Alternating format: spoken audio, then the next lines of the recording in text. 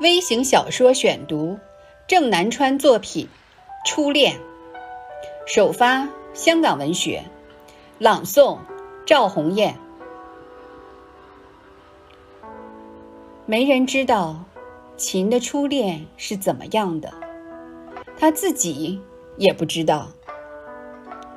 他只知道自己并不幸运，一个小学生一直没有找到男人，转眼都30有余了，进城打工，在一家酒店做了后勤服务员，工作还可以。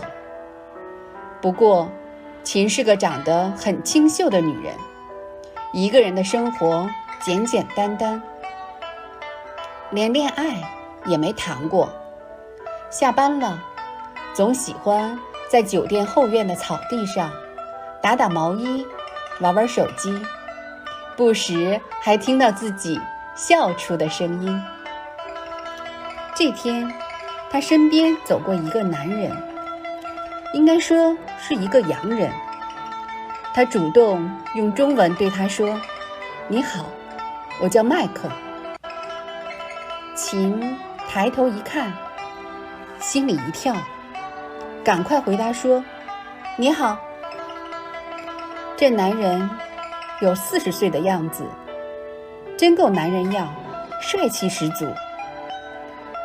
麦克和他谈起了中国茶叶，这个话题秦还能插上嘴，不过他觉得这男人是在找话题和他做朋友，这种感觉有点单方情愿，因为自己也很喜欢他。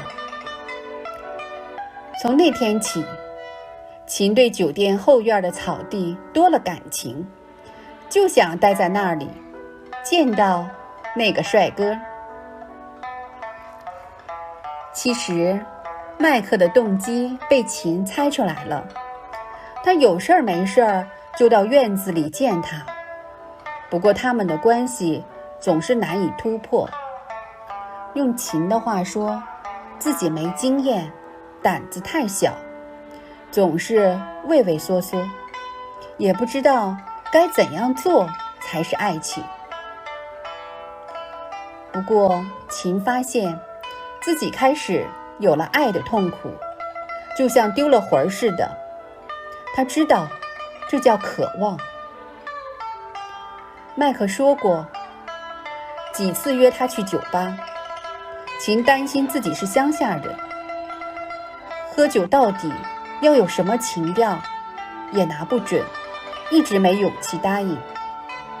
这天周末了，麦克问他愿意到他的客房坐一下吗？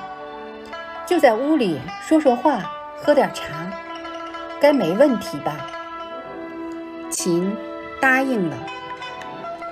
在屋里，秦也不知道说什么，他总是笑，麦克也对他笑。秦笑出了声音，麦克说：“笑什么？”他说：“我不知道。”哦，麦克笑了，说：“我也不知道。”他们2个人都笑出了声。麦克说：“你很开心啊？”秦说：“很开心。”说着又笑了起来。麦克也觉得有点控制不住自己，情不自禁地笑开了。秦开始大笑了，笑得捂着自己的肚子。麦克坐在了地上，他开心得无法控制。秦笑着使劲喊：“对不起，对不起啊！”可他无法控制自己。麦克也喊起来：“很好啊，没事儿的，我好开心。”最后2个人笑得拥抱在一起。麦克紧紧地吻住了秦。